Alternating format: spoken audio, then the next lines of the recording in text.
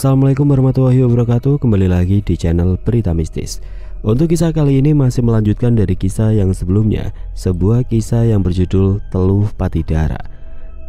Dan sebelum kita lanjut ke ceritanya, tekan dulu tombol like video ini dan jangan lupa tekan juga tombol subscribe channel ini. Nyalakan juga lonceng notifikasinya agar tidak ketinggalan cerita-cerita lainnya dari channel ini. Dan buat teman-teman yang pengen membaca langsung ceritanya, nanti silahkan saja kunjungi linknya yang nanti akan saya sertakan di kolom deskripsi. Dan seperti apa untuk lanjutan dari kisah ini, langsung saja kita masuk ke ceritanya.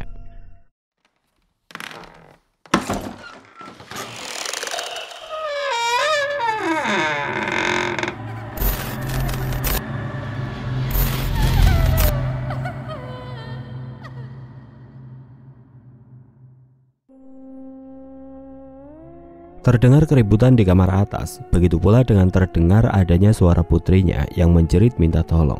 Bu Gisel dan Pak Haji segera bergegas pergi sambil berlari ke kamar putrinya untuk melihat apa yang sedang terjadi. Setelah sampai depan kamar Tasya, pintu kamarnya tertutup rapat dan terkunci dari dalam. Pak Haji mengetuk pintu dan berteriak menyuruh Tasya untuk membukanya. Namun nihil, pintu tidak segera terbuka. Takut terjadi sesuatu, oleh karena itu Pak Haji mendobrak pintu kamar Tasya. Benar saja, setelah pintu terbuka nampak pemandangan yang membuat Pak Haji dan Bu Gisel langsung syok karena melihat Tiwi sudah berada di lantai dengan kondisi yang merintih kesakitan.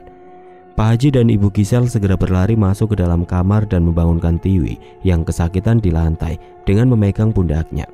Ibu Gisel dan Pak Haji juga melihat Tasya yang nampak melayang di udara dengan mata yang merah. "Astagfirullah, apa yang terjadi, Pak?" tanya Ibu Gisel pada Pak Haji yang melihat Tasya sedang melayang di udara. Pak Haji tidak menjawab dan ia malah membawa Tiwi keluar dari kamar terlebih dulu untuk menyelamatkan Tiwi. "Kamu gak apa-apa?" tanya Pak Haji dan Tiwi mengangguk meskipun masih meringis kesakitan. "Hanya sakit badan saja sedikit, Pak. Sepertinya kakak kesurupan lagi. Cepat tolong kakak, Pak," kata Tiwi dan Pak Haji langsung masuk ke dalam kamar melihat Ibu Gisel sudah menangis kebingungan melihat Tasya yang masih menatap ke arah kedua orang tuanya dengan tatapan kebencian. "Ada apa ini?" tanya Ibu Ayuni yang tiba-tiba saja muncul ke rumah Pak Haji dan membuat Ibu Gisel langsung menghampiri Ibu Ayuni. "Tiba-tiba saja aku melihat mereka sudah begini. Sepertinya Tasya kesurupan lagi, Yun. Perasaanku gak enak saat di perjalanan pulang tadi, makanya aku memutarbalikan kendaraanku untuk ke rumah kalian lagi," dali Bu Ayuni. "Turunlah kamu, jangan buat kegaduhan di sini." Tita Ibu Ayuni menunjuk ke arah Tasya sehingga Tasya langsung terjatuh seakan makhluk halus yang merasuki tubuhnya menghilang. Brak! Tasya pun terjatuh dan langsung tersadar sehingga memojokkan dirinya ke sudut kamar. Bu Gisel mendekati putrinya Tasya yang sedang duduk memeluk lututnya di pojok kamar dengan tatapan yang sangat ketakutan. Wajah Tasya memucat, matanya mendelik ke atas, tangannya mengeluarkan kuku yang tajam dan mulutnya terbuka lebar. "Tasya, sadar nak, ini mama. Kenapa kamu jadi seperti ini?" Tangis Ibu Gisel pecah meratapi keadaan anak gadisnya yang seperti itu. Ketika hendak meraih tangan Tasya, Ibu Gisel terpelanting ke lantai karena didorong oleh kekuatan yang ada pada diri Tasya saat ini. "Mama!" Pak Haji dan Tiwi berteriak kala melihat Ibu Gisel terjatuh didorong oleh Tasya. Pak Haji membangunkan istrinya dan menjauh dari Tasya. Tiwi menghampiri mereka kembali yang sudah dibawa keluar dari kamar Tasya oleh Pak Haji. Tiwi langsung berpelukan dengan Ibu Gisel dan menatap lirik ke arah Tasya. "Ini tidak boleh dibiarkan. Kekuatan jahat telah kembali menguasai diri anak kamu, Gisel. Mari kita bawa Tasya menemui orang pintar yang aku kenal dekat. Ini tidak bisa dibiarkan berlarut-larut. Kasihan anak kamu," ujar Ibu Ayuni. "Tapi ini sudah malam, Yun." "Terserah kalian, aku hanya membantu," hardik Ibu Ayuni sambil memincingkan mulutnya, membuat Ibu Gisel dan Pak Haji saling tatap kebingungan. Setelah mengatakan itu, Ibu Ayuni mencoba untuk beringsut pergi, akan tetapi Ibu Gisel segera mencegahnya. "Tunggu," tahan Ibu Gisel. Ibu Ayuni seketika menghentikan langkahnya dan melirik ke arah Ibu Gisel dengan tatapan yang sulit diartikan. "Maafkan kami Ayuni, bukan mau menolak. Kamu sudah banyak membantu kami. Kami hanya sedang kebingungan dengan semua yang terjadi ini." "Tidak mengapa, aku mengerti perasaanmu, Gisel." Ibu Gisel menghela nafas kasar. Baiklah, tolong kami Yun, pinta Ibu Gisel dan terus kembali menatap Tasya dengan khawatir. Ibu Ayuni mengangguk lalu mendekati Tasya. Tasya langsung mengamuk dan hampir saja Ibu Ayuni terkena cakaran kuku runcingnya. Seperti yang sudah mahir dalam menangani kasus seperti ini, Ibu Ayuni nampak lihai dan terlihat seperti tidak ada beban. Kemudian dipegangnya kedua sisi kepala Tasya. Ibu Ayuni membacakan mantra, entah apa yang ia bacakan. Tapi Ibu Gisel dan Pak Haji berharap kalau Ayuni bisa menanganinya. Seketika Tasya yang sedang mengamuk kerasukan itu langsung terdiam dan terkulai lemas, bahkan hampir tumbang. Segera Ibu Ayuni memegang badan Tasya, begitu juga dengan Pak Haji, langsung sigap membantu Ibu Ayuni untuk membaringkan Tasya ke tempat tidur. Kita tidak punya waktu lagi, sebentar lagi pukul 11 malam, sebaiknya segera kita bawa Tasya keluar dari rumah ini dan membawanya ke tempat orang pintar, ujar Tante Ayuni dengan suara penuh penekanan. Baiklah, aku siapkan keperluan dulu. Tidak perlu, sebaiknya kita bawa sekarang juga. Pak Haji dan Ibu Gisel segera membawa Tasya turun dengan digendongnya Tasya oleh Pak Haji. Tiwi dituntun oleh Ibu Gisel keluar dari villa menuju mobil yang masih terparkir di halaman villa. Tasya, Tiwi, dan yang lainnya segera masuk mobil. Begitu juga dengan Ibu Ayuni, ia segera menuju mobil yang ia bawa dan melaju membawanya keluar dari villa Pak Haji Pratama. Ketika sudah keluar melewati pagar halaman, Tiwi melihat ada penampakan kuntilanak yang sedang berdiri di atas balkon. Namun Tiwi tidak menghiraukannya.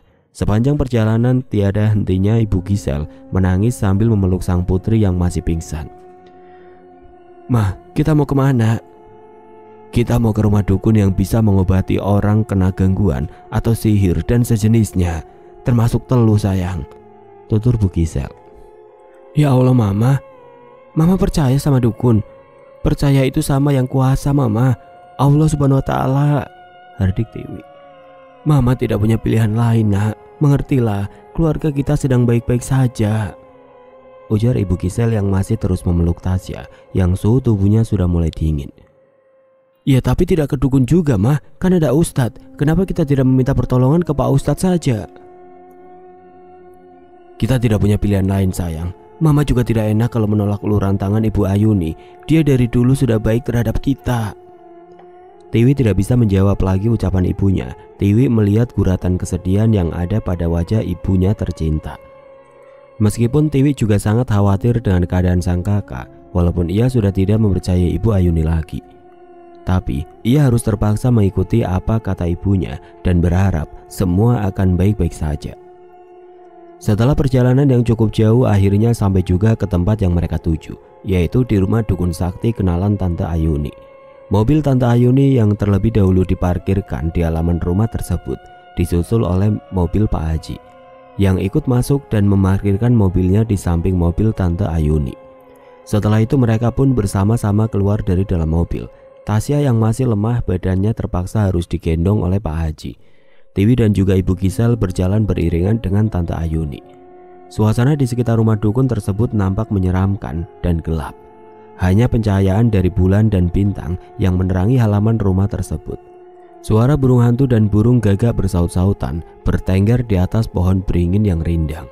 Seketika bulu kuduk Tiwi langsung meremang, sampai Tiwi enggan untuk ikut masuk ke dalam. Akan tetapi Tiwi dituntun oleh Ibu Gisel untuk ikut masuk. Tiwi menatap ke sekeliling rumah. Nampak Tiwi menelan saliva kalau melihat ada makhluk tinggi besar dan badannya penuh dengan bulu sedang memperhatikannya dengan sorot mata merah menyala di balik pohon beringin di samping rumah Pak Dukun.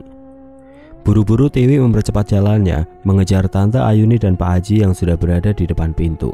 Pintu segera diketuk dan keluarlah si empu yang punya rumah. Dukun tersebut belum terlalu tua, umurnya kisaran 40 tahun. Dukun itu nampak memperhatikan Pak Haji dan yang lainnya. Setelah itu beliau mempersilahkan masuk tamunya. "Maaf Mbak, kedatangan kami kemari."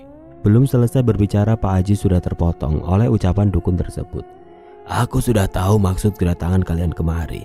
Silakan, baringkan anak kalian di atas ranjang itu," tutur Mbak Dukun sambil menunjuk ke ranjang yang ada di belakang mereka. Pak Haji dan Ibu Gisel saling pandang sampai akhirnya Tasya mereka baringkan di atas ranjang yang berada di ruang praktek Mbak Dukun tersebut. "Sudah berapa lama anak kalian mengalami kesurupan seperti ini?" "Sejak kami pindah ke villa kami di sini Mbak," tutur Pak Haji. Kalian diikuti dari perbatasan kebun pinus, timbal Mbak Dukun. Apa? Siapa yang bermaksud? Tanya Ibu Gisel. Makhluk halus penunggu jembatan di sana. Tiwi mengingat sesuatu. Setahu Tiwi, dia pernah melihat ada nenek yang datang ke mimpinya. Bahkan dia pernah melihat nenek tersebut di perbatasan kebun pinus yang mau memasuki villa dan perkebunan teh milik papanya, yang biasa dikelola oleh warga setempat yang menjadi buruh kerjanya Pak Haji Pratama. Akan tetapi Tiwi merasa kalau nenek tersebut tidaklah jahat. Ada aura positif yang ada di diri nenek tersebut. Maka dari itu ketika dukun tersebut mengatakan hal tersebut, Tiwi tidak mempercayainya begitu saja. Maaf Mbah, apakah kakak saya terkena guna-guna atau ada santet kiriman dari seseorang yang tidak suka terhadap keluarga kami? Seketika suasana di dalam ruangan tersebut terasa panas. Tante Ayuni yang dari tadi berdiam nampak terkejut ketika Tiwi mengatakan hal tersebut.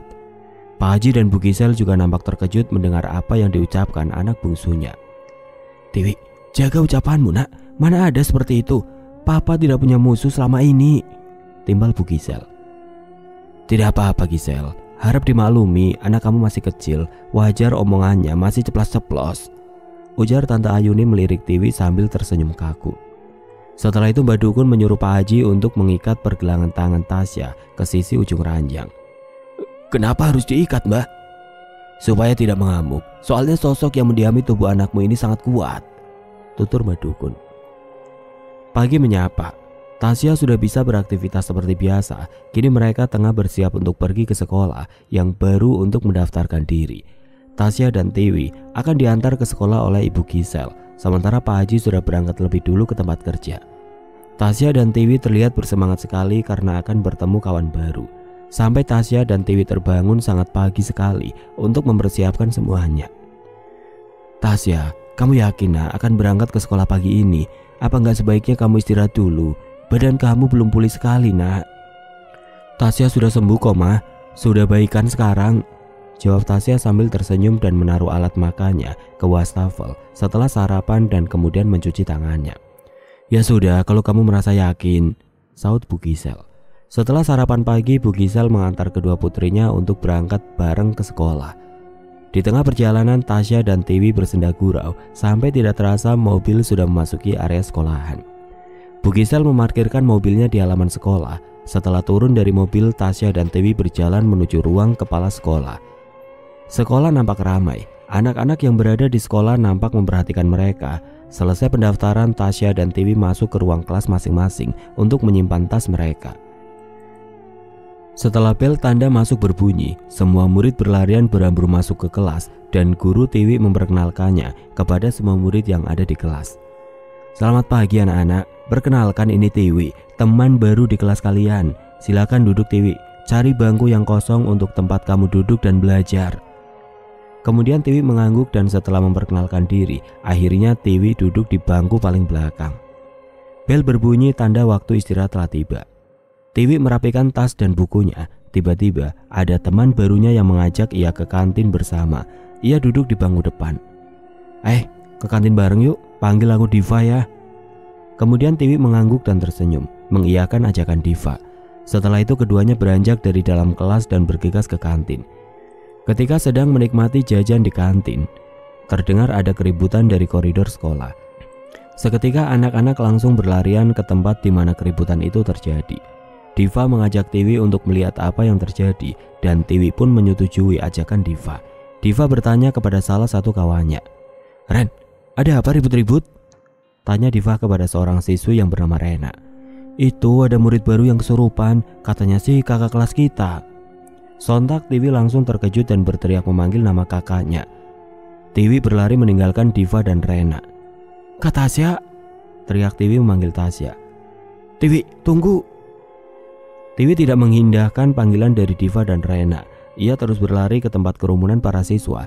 Benar saja di situ nampak Tasya sedang tergeletak di lantai mengalami kejang dan mengamuk. Para guru sudah mencoba menenangkan Tasya, akan tetapi tidak berhasil. Tasya malah mengamuk dan menyerang. Tiwi mencoba mendekati sang kakak sambil menenangkannya. Kakak kenapa? Seru Tiwi sambil memegang tangan Tasya. Kalian tidak akan bisa lepas dariku. Kalian telah menjadi bagian dari permainan ini. suara Tasya menggema dengan suara serak seperti ada dua orang di dalam tubuhnya. Astagfirullah. Ada apa ini? Kenapa tiba-tiba murid baru itu kesurupan? Selama aku bersekolah di sini, belum pernah tuh ada yang mengalami hal seperti ini. Bisik para murid yang sedang berkerumun. Diam semuanya. Ayo, kita bantu untuk membawanya ke UKS. Nanti kita panggilkan Pak Ustadz. Tidak perlu panggil Pak Ustadz, Bu. Bawa saja ke UKS, biar saya yang mencoba menyadarkannya, ujar Pak Usman, guru agama. Baik, Pak. Akhirnya Tasya dibawa ke ruang UKS. Setelah berada di ruang UKS, Tasya segera disadarkan oleh Pak Usman. Pak Usman mulai membacakan ayat-ayat dan surat pendek. Jangan berisik, jangan bacakan ayat itu. Saya tidak akan keluar dari sini, erang Tasya sambil membolakan kedua matanya seperti orang kesakitan sambil menutup kedua telinganya. Tasya terus mengamuk, tapi Pak Ustadz tidak akan pernah berhenti dan kemudian memegang bagian ubun-ubun Tasya sehingga akhirnya Tasya langsung melemah dan akhirnya tersadar setelah beberapa lama bergulat dengan makhluk halus yang ada di tubuh Tasya. Sesudah itu Tasya diberi air di gelas yang sudah dibacakan ayat suci Al-Quran. Minum, Nak. Tasya menurut dan meminum air tersebut sampai habis tidak tersisa. Setelah itu baru Tasya merasa segar kembali. Setelah Tasya kembali ke kelas, Tiwi bertanya kepada kakaknya. Kakak kenapa lagi? Kok bisa kesurupan lagi? Aku gak tahu, Dek. Seingatku aku tadi ke kamar mandi, terus ada yang menepuk pundakku. Pas aku berbalik, makhluk menyeramkan sudah berdiri di belakangku. Ia berkata kita semua tidak akan selamat. Kakak menjerit dan tidak ingat apa-apa lagi, tutur Tasya menjelaskan panjang lebar. Tiwi terdiam dengan tengkuk meremang. Apa maksud dari semua ini? Kak, wujudnya nenek-nenek bukan? Tasya menggelengkan kepala. Bukan, Dek. Makhluk itu seram. Kukunya panjang dan rambutnya menjuntai sampai ke tanah. Wajahnya seram dan baunya sangat busuk. Dia menginginkan kita semua mati. Kita dapat teror itu karena kita pindah ke villa kan, Kak? Kayaknya ada yang gak beres sama villa itu. Tasya mengangkat kedua bahunya menandakan ia tidak tahu apa-apa. Kak, aku curiga sama Tante Ayuni deh. Habis kita dari rumahnya, kok kita mulai dapat hal aneh-aneh? Curiganya kenapa? Loh, iya kan, aku muntah darah dan keluar rambut panjang dan kakak juga. Air yang dibuatkan Tante Ayuni bisa langsung seketika membunuh loh. Aku lihat dengan mata kepalaku sendiri, tapi entah kenapa mama sama papa malah percaya sama Tante Ayuni. Aku juga sekarang ngerasa ada yang mau menerjang masuk ke dalam tubuhku terus, Wi, ujar Tasya yang membuat mata Tiwi menoleh ke arah sang kakak. Setelah pulang sekolah, Tiwi menceritakan semua yang terjadi dengan Tasya pada Ibu Gisel. Ibu Gisel malah menyuruh Tasya meminum air doa yang diberikan Mbak Jupri untuknya. Tasya hanya mengangguk meskipun ia tidak akan meminum air itu. Setelah waktu sholat maghrib, Pak Haji belum sampai ke rumah dan mereka hanya melaksanakan sholat bertiga yang kebetulan Tasya sudah bersih dari haidnya. Setelah sujud terakhir dan melakukan tahiyat akhir, Tasya tidak bangun untuk tahiyat dan masih terus sujud sampai Ibu Gisel dan Tiwi sudah menuju salam dan menyelesaikan sholat. Suara tangis itu terdengar di sujud Tasya sehingga Ibu Gisel dan Tiwi saling tatap. Nak, kamu kenapa? Tanya Ibu Gisel yang langsung mengusap punggung Tasya. Betapa terkejutnya mereka saat Tasya mendongakkan wajahnya ke arah Ibu Gisel dan Tiwi. Tasya sudah berubah wajahnya, kini menjadi menyeramkan dengan taring yang tajam dan mata yang memutih. Astagfirullah, Tasya, kamu kenapa, Nak? Teriak Ibu Gisel yang masih terus ingin memeluk Tasya, tapi Tiwi segera menarik ibunya untuk menjauh. Dia bukan Tasya, Mah. Dia itu makhluk yang ada di tubuh Tasya. Apa? Ibu Gisel memekik. Refleks Ibu Gisel menjauh dari sosok yang merasuki anak gadisnya dan ia berlari mendekati Tiwi. Benar saja yang melakukan sholat berjamaah bersama mereka bukanlah Tasya, melainkan jin kafir penunggu bangunan kosong bekas pabrik peninggalan orang zaman dahulu sebelum dibangun pabrik teh yang sekarang dipegang oleh Pak Haji. Makhluk tersebut segera keluar dari tubuh Tasya yang kemudian Tasya langsung pingsan tidak sadarkan diri. Sosok yang keluar itu sangat menyeramkan. Wajahnya nampak gosong penuh luka bakar, matanya yang menyala kemerahan. Makhluk yang tengah duduk di atas sajadah itu kini berdiri di hadapan Ibu Gisel dan Tiwi. Siapa kau? Kenapa engkau mengganggu kami? Pergi dari sini, teriak Bu Gisel sambil memegang pundak Tiwi. Kalian yang harus pergi dari sini, ucap jin tersebut dengan suara berat. Bu Gisel mengajak Tiwi untuk membaca ayat suci dan surah pendek. Dengan nada gemetar nampak Qomat Kamit membaca ayat suci Al-Quran, begitu juga dengan Tiwi. Namun alangkah terkejutnya mereka, ternyata jin yang ada di hadapannya bisa menirukan setiap ayat yang Bu Gisel dan Tiwi bacakan. "Mah, kenapa makhluk itu bisa menirukan bacaan yang setiap kita ucapan?" Tiwi bertanya dengan nada gemetar. "Mama juga nggak tahu sayang. Astagfirullah, makhluk apa kau ini? Dan apa maumu? Kenapa mengganggu keluarga kami? Pergi, biarkan hidup kami tenang." Makhluk itu merangkak dengan kepala terbalik, mencoba mendekati Ibu Gisel. Dari mulutnya keluar cairan hitam kental yang sangat tercium bau busuk. Terdengar suara patahan tulang dari badan sosok tersebut, membuat Ibu Gisel dan Tiwi panik dan ketakutan. Di saat kepanikan tengah melanda mereka berdua, tiba-tiba saja dari arah belakang makhluk tersebut terdengar suara seseorang menghentikan aksi makhluk itu. "Hentikan perbuatanmu itu, jin sesat. Jangan kau ganggu mereka." Seketika kepalanya menoleh ke belakang dengan cara berputar, yang badan masih di posisi yang sama. Setelah mendengar hal itu, ia tertawa lepas. "Masih hidup kau rupanya, nenek tua," ucap makhluk itu sambil mendekati nenek tersebut. Ia merangkak naik ke dinding dengan posisi kepala di bawah, bersiap akan melompat ke badan nenek itu. Namun nenek tua itu cepat menghindar ke arah lain. "Pergilah dari sini sebelum aku kirim kau ke neraka. Kalian manusia tidak berguna. Hidup dengan mengutamakan dendam. Lebih pantas kalian bersekutu denganku. Manusia kurang iman seperti kalian inilah yang rela bersekutu dengan bangsaku demi kekuasaan dan pembalasan dendam." Tawa makhluk itu menggema membuat Ibu Gisel dan Tiwi sama sekali tidak mengerti apa yang dimaksud dengan makhluk itu. "Apa yang dimaksud makhluk itu, Mah? Kenapa dia membawa kata dendam?"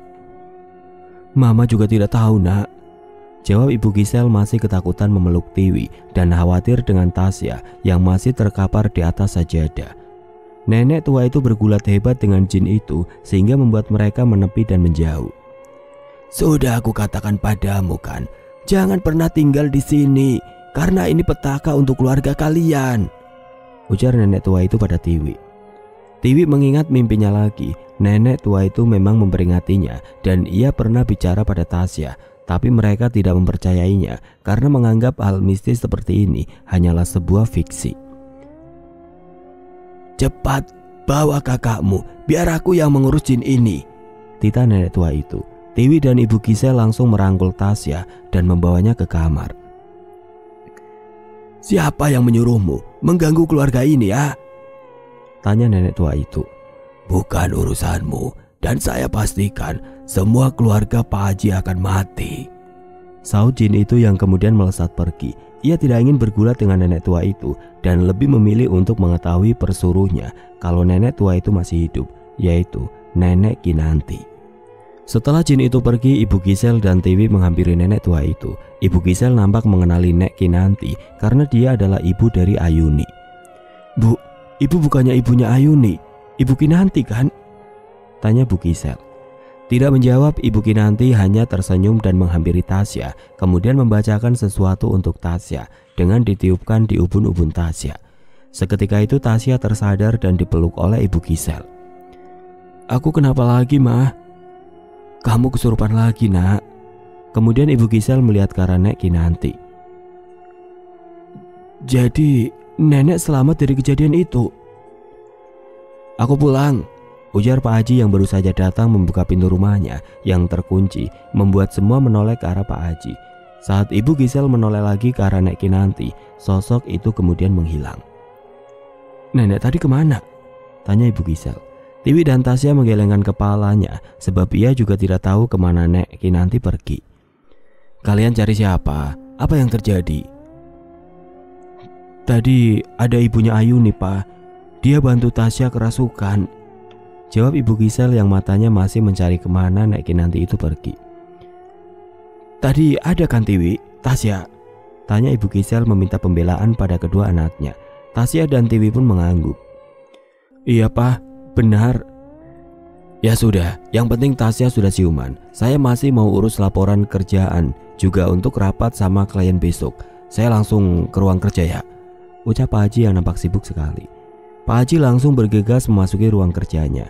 Ia nyalakan saklar lampu yang tadinya lampu di ruang kerja Pak Haji padam. Ia langsung duduk di kursi kerjanya dan menghela nafas panjang, membuka laptopnya dan segera melihat gawainya yang ada pesan dari asistennya. Terdengar suara erangan dari sudut ruangan sehingga Pak Haji mendelik mencari di mana suara itu berasal. Bahkan terdengar langkah kaki di lantai ruang kerja Pak Haji. Suara siapa itu? Pak Haji menggumam sebab ruangan yang terang benderang itu tidak menampakkan ada seseorang selain Pak Haji di sana. Tapi Pak Haji melihat nampak ada bayangan yang terpantul di dinding. Seseorang yang tinggi besar dengan menghampirinya dan Pak Haji serasa ada yang mencekiknya dan dibukanya mulut Pak Haji secara paksa. Kemudian penampakan itu muncul di hadapannya. Bau anyir yang menguak membuat Pak Haji ingin memuntahkan seluruh isi perutnya. Wajah yang menyeramkan membuatnya merinding dan melemah. Mencoba untuk teriak tapi ia tidak bisa sebab tercekik oleh tangan makhluk itu. Kau harus mati, erang makhluk itu sehingga mata Pak Haji membola. Mulut Pak Haji dipaksa terbuka sehingga makhluk aneh itu memasukkan sebuah benda ke dalam mulut Pak Haji. Pak Haji kesakitan sampai terpontang-panting di lantai menahan sakit sebab benda yang dimasukkan oleh makhluk halus itu adalah teluh untuk Pak Haji. Pak Haji terus merintih kesakitan, matanya membola berubah memutih, kulitnya memanas sehingga ia terus terpingkal kesakitan, sehingga terdengar suara riuh dari ruang kerja Pak Haji. Ibu Gisel, Tasya dan Tiwi langsung berlari ke ruang kerja Pak Haji dan melihat apa yang terjadi. Ia mendapati Pak Haji sedang meringis kesakitan dan terkapar di lantai sambil mengamuk dan mengerang kesakitan. Pak Haji selalu memegangi lehernya karena merasa sakit sekali. Tolong saya, teriak Pak Haji kesakitan. Pak, kamu kenapa? Tanya Ibu Gisel panik dan ketakutan. Begitu juga Tiwi dan Tasya yang ketakutan dan mereka saling bergandengan. Ibu Gisel berlari ke kamarnya untuk mengambil air yang diberikan oleh Ayuni kala itu untuk diminum ke Pak Haji. Mah, air apa itu? Tanya Tiwi saat Ibu Gisel hendak memberikannya kepada Pak Haji. Air yang diberikan Tante Ayuni. Jangan berikan itu. Tiwi merampas air itu dari genggaman ibunya dan membuangnya sampai berceceran ke lantai. Kamu apa-apaan sih, Wi? Kita butuh air itu buat nyembuhin papa kamu. Tidak, Mah. Air itu bukan obat, tapi air sihir. Teriak Pak Haji lagi membuat semua melirik ke arah Pak Haji. Tiwi segera keluar sementara Ibu Gisel dan Tasya mencoba menangkap Pak Haji. Tiwi keluar halaman mencari di mana nenek tua itu berada. Tiwi percaya kalau nenek tua itulah yang bisa membantu mereka. Nenek di mana? Teriak Tiwi berharap kalau nenek Kinanti muncul lagi untuk menolongnya. Tapi bukannya nenek Kinanti yang muncul, justru yang muncul adalah sosok yang tinggi besar, berjubah dengan menutupi wajahnya dengan jubahnya sehingga tidak nampak dilihat. Tingginya bisa diperkirakan 2 meter lebih, membuat Tiwi menganga dan ketakutan sehingga ia berlari dan malah terjerembab di tanah. Tiwi membalikan dirinya melihat seseorang berjubah itu kian mengikutinya. Kalian harus mati. Suara parau orang berjubah itu nampak membuat Tiwi ketakutan. Tiwi terus memberanikan diri untuk bangun dan terus berlari. Tapi nihil, Tiwi seakan kehilangan jejak dan masuk di dunia lain. Aku di mana? Teriaknya ketakutan melihat sekelilingnya yang nampak berbeda.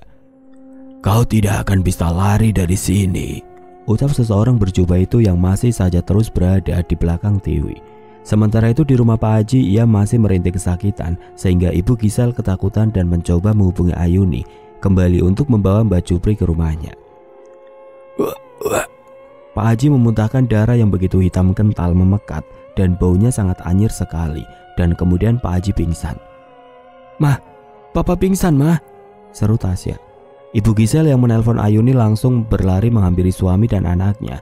Ia terkejut saat melihat Pak Haji mengeluarkan darah yang begitu banyak. Kita bawa Papa ke rumah sakit, Ma. Jangan hubungi Tante Ayuni. Mama sudah hubungi Tante Ayuni. Ibu yakin Mbak Cupri bisa menanganinya seperti ia menyadarkan kamu dari kerasukan, saut Ibu Gisel yang masih percaya dengan Ayuni. Tasya menoleh mencari di mana adiknya berada. Mana Tiwi, Ma? Loh, iya, kemana dia? Mereka segera merangkul Pak Haji menuju kamar dan membaringkan Pak Haji di kasur. Ibu Gisel meminta Tasya untuk mencari keberadaan Tiwi. Ia mencari ke kamarnya tapi tidak ada. Ke semua ruangan pun Tasya tidak berhasil menemukan Tiwi. "Mah, Tiwi nggak ada di rumah," seru Tasya yang kembali lagi ke kamar ibunya. "Pergi kemana sih dia?" tanya Ibu Gisel khawatir dan melihat ke arah luar jendela, melihat jalan yang nampak sepi dan begitu lengang.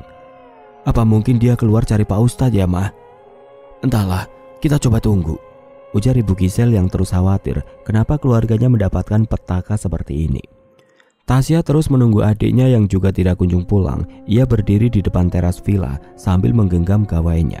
Ia mencoba menelpon Tiwi, tapi ternyata ponselnya tertinggal di nakas kamar tidurnya. Tiba-tiba Tasya melihat sosok nenek tua itu melewati perkebunan pinus di dekat villa. Ia langsung berlari menghampiri nenek tua itu dan terus mengejarnya. "Nek!" seru Tasya sehingga nenek tua itu berbalik ke arahnya. Tasya menelan salivanya, mencoba memberanikan diri sebab ia sangat ketakutan karena nenek Kinanti terlihat mempunyai raut wajah dingin yang menyeramkan. "Nek, tolong bantu keluarga kami lagi. Papaku kerasukan dan adikku menghilang, Nek." Rengek Tasya berharap kalau nenek Kinanti mau menolongnya. "Di mana adikmu?" tanya nenek Kinanti dan Tasya hanya menggelengkan kepala. Nek Kinanti mendelikan mata saat melihat Ayuni datang bersama dengan Mbak Jupri. Nek Kinanti menatap Mbak Jupri dan Ayuni dengan penuh kebencian. Ia menarik tangan Tasya untuk bersembunyi saat Ayuni menoleh dan melihat sekeliling perkebunan pinus. "Kenapa ibumu mempercayai orang itu? Dialah akar penyebab kenapa keluarga kalian menjadi seperti ini," bisik Nek Kinanti pada Tasya. "Ayo kita selamatkan papaku, Nek. Saya mohon," rengek Tasya menarik tangan Nek Kinanti. "Tunggu dulu. Lebih baik kita selamatkan dulu Tiwi. Sepertinya mereka sengaja memisahkan Tiwi dengan kalian supaya mereka bisa menguasai keluarga kalian karena hanya Tiwi yang tidak percaya pada Ayuni." Tasya mengangguk menuruti apa kata Nek Kinanti dan ia terus berusaha mencari di mana Tiwi berada. "Sepertinya Tiwi dibawa ke dunia lain," ujar Nek Kinanti. "Jadi harus bagaimana?" "Kamu pulanglah. Biar saya mencari Tiwi dan pantau pekerjaan si Jupri dan Ayuni. Kau harus mencari di mana mereka menyimpan teluh itu. Kalau kau berhasil menemukannya, kumpul dan tunggu aku datang." Tita Nek Kinanti dan Tasya mengangguk. Ia segera berlari kencang menuju rumahnya dan kemudian Nek Kinanti menghilang untuk mencari keberadaan Tiwi. Di dunia lain tampak Tiwi sudah tidak kuasa membela dirinya sendiri dari serangan makhluk berjubah aneh itu. Tubuhnya sudah banyak luka sayatan sebab jatuh bangun melawan makhluk aneh itu. Nafasnya terengah dan tubuhnya gemetar, tidak berdaya untuk bangun. "Jangan pernah sok jadi pahlawan untuk membela keluargamu. Keluargamu patut mati dan harus menerima semuanya." "Apa salah keluargaku, ah?" "Karena ayahmu, suamiku mati," ujar makhluk berjubah itu. Makhluk itu adalah jelmaan Ayuni dan bertugas untuk menghabiskan Tiwi agar tidak menghalangi aksi Ayuni dan Mbak Jupri untuk menghabisi Pak Haji dan yang lainnya. Tasya kembali ke rumah. Tasya terkaget kalau melihat Tante Ayuni dengan Mbak Jupri tengah duduk di kursi ruang tamu dengan Ibu Gisel. "Tasya, kamu sudah mencari Tiwi?" Tasya menggelengkan kepalanya. Ia tidak ingin memberitahu apa yang terjadi pada Tiwi karena di sana ada Tante Ayuni dan Mbak Jupri. "Kemana anak itu ya?" Ibu Gisel menggumam dengan penuh kecemasan. Tante Ayuni langsung merangkul Ibu Gisel yang pikirannya sudah kacau karena memikirkan nasib keluarganya yang mendapati masalah setelah pindah ke villa ini. "Tenang, aku dan Mbak Jupri akan mencari jalan keluarnya dan mengusir roh jahat yang ingin mencelakai keluarga kamu," ujar Tante Ayuni. "Oh ya Yun, tadi aku melihat ada ibumu membantu kami saat Tasya kesurupan sehabis maghrib tadi," ujar Ibu Gisel yang melepaskan rangkulan Tante Ayuni dan membuatnya langsung menoleh ke arah Ibu Gisel. "Ibuku, kok ngawur Sel?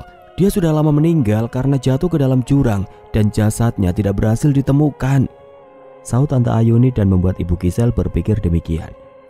"Mungkinkah yang aku lihat itu hanya arwahnya ya?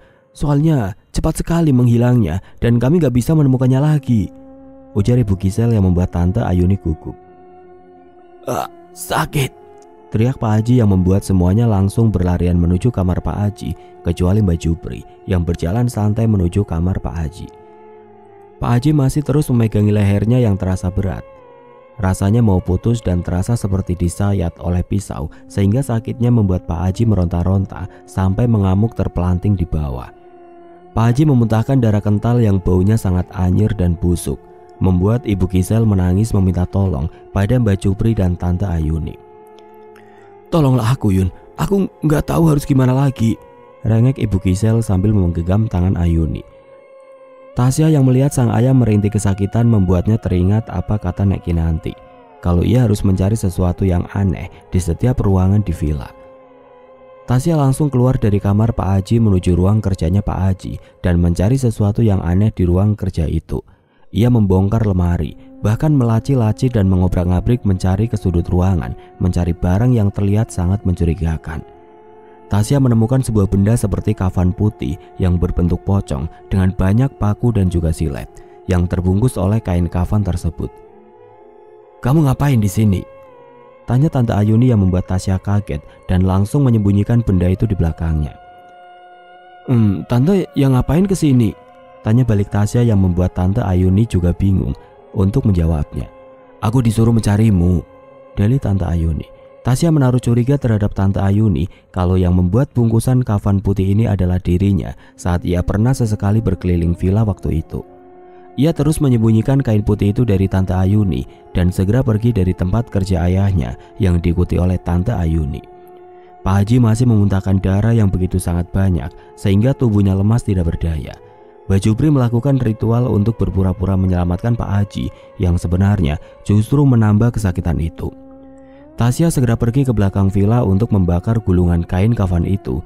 Ia yakin kalau Tante Ayuni menaruh teluh pati darah di gulungan kain kafan ini untuk ayahnya. "Kurang ajar, aku yakin dia pasti pelakunya," rutuk Tasya sambil membakar kain kafan yang ada di genggamannya, sehingga Pak Haji berhenti memuntahkan darahnya. Mbak Jupri dan Tante Ayuni terkejut saat Pak Haji langsung sadarkan diri. Mereka saling tatap keheranan. Ibu Gisel langsung memeluk suaminya yang lemas tidak berdaya. Sementara Mbak Jupri dan Tante Ayuni pura-pura merasa lega meskipun dalam hati mereka penuh tanda tanya. Siapa yang bisa menghentikan teluh itu? Tante Ayuni sampai berpikir kalau ibunya yang menyelamatkan keluarga Ibu Gisel. Tiba-tiba Tasya muncul setelah berhasil membakar gulungan kain kafan tersebut. Tante Ayuni menatapnya sinis. Ia juga menaruh curiga pada putri sulungnya Ibu Gisel saat ia mulai memasuki ruang kerja Pak Haji. Setelah Pak Haji sudah membaik, Tante Ayuni dan Mbak Jupri segera pulang dari rumah Bu Gisel.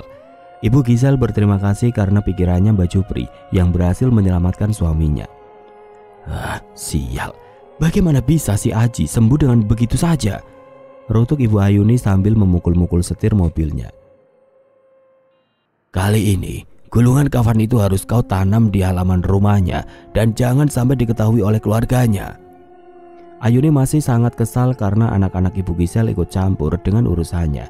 Ia memilih untuk memusnahkan kedua putrinya dulu sebelum ia berhasil menghabisi Pak Haji.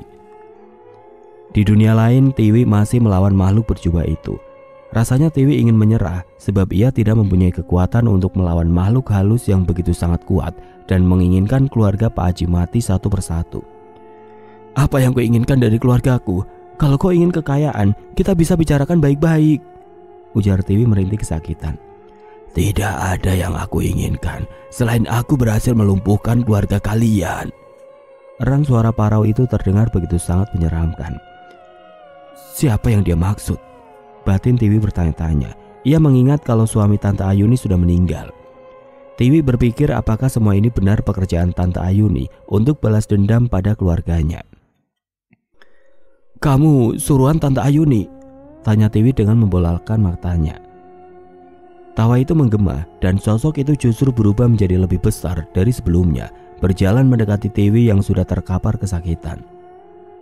"Seharusnya kau tidak mati, tapi karena kau terlalu ikut campur, sepertinya kau layak mati lebih dulu." Geram makhluk itu yang kemudian mencekik leher Tiwi dan mengangkatnya dengan tinggi dan dibantingnya sampai Tiwi menabrak batang pohon besar. Rintih Tiwi yang masih berusaha bertahan untuk bangkit. "Berhenti!" Terdengar suara Nek Kinanti yang membuat makhluk berjubah itu mendelik ke arahnya. Nenek tua, berhenti ikut campur urusanku." "Saya akan berhenti ikut campur kalau kau musnah dan tidak ikut mengusik anak ini." Kalau begitu, kau yang harus lebih dulu mati agar aku bisa menghabisi mereka. Buanglah perasaan dendammu. Suamimu meninggal bukan karena keluarganya, tapi suamimu sendiri yang nekat bunuh diri, pekik Nek Kinanti. Tahu apa kamu? Kalau mereka tidak memenangkan tender itu, suami saya masih hidup. Berarti suamimu tidak menerima kekalahan sehingga ia malah bunuh diri dan frustasi. Berhentilah mengusik keluarga Pak Haji agar suamimu tenang, ujar Nek Kinanti. Sudah aku bilang, jangan ikut campur. Aku tidak akan pernah berhenti sebelum keluarga Haji Pratama habis aku bunuh. Baiklah, kalau begitu jangan salahkan aku jika kamu terluka, tutur Nenek Kinanti. Aku tidak takut sedikit pun terhadapmu, nenek tua, dan aku tidak menganggapmu sebagai orang tuaku lagi. Sejak kau menentang aku menuntut ilmu kebatinan untuk membalaskan rasa sakit hatiku kepada Haji Pratama. Aku pun tidak pernah punya anak bersifat iblis sepertimu. Harus kau ingat, aku lebih baik tidak pernah melahirkanmu ke dunia ini. Jangan banyak omong, rasakan ini. Ayuni mengarahkan tongkat saktinya ke arah Nek Kinanti. Namun Nek Kinanti segera menghindar dan membalas serangan yang diberikan Ayuni. Nek Kinanti melempar segenggam serbuk bidara yang sudah dibacakan mantra tepat ke arah dada Ayuni, sehingga Ayuni merasakan sakit yang luar biasa sampai ia terjatuh dan memuntahkan darah segar dari mulutnya. Ayuni memegangi dadanya yang terasa sakit dan sesak. Dari mana orang tua itu dapat ilmu yang mumpuni seperti ini? Kenapa kau terdiam, Ayuni? Apa kau sedang memikirkan dari mana aku punya kekuatan yang bisa mengimbangi kekuatan para iblis suruhanmu? Melihat tuannya terluka, setan yang berada di dekat Ayuni hendak membalas perbuatan Nek Kinanti. Tapi Di Ayuni melarangnya, sehingga ia membiarkan Nek Kinanti membawa pulang Tiwi ke rumahnya. Nek Kinanti membawa Tiwi pulang melewati hutan pinus dan sungai yang mengelilingi perbukitan menuju villa. Oke teman-teman, sampai di sini dulu ceritanya. Nantikan kelanjutan kisah ini di video berikutnya. Agar tidak ketinggalan, klik tombol subscribe channel ini dan nyalakan lonceng notifikasinya. Wassalamualaikum warahmatullahi wabarakatuh.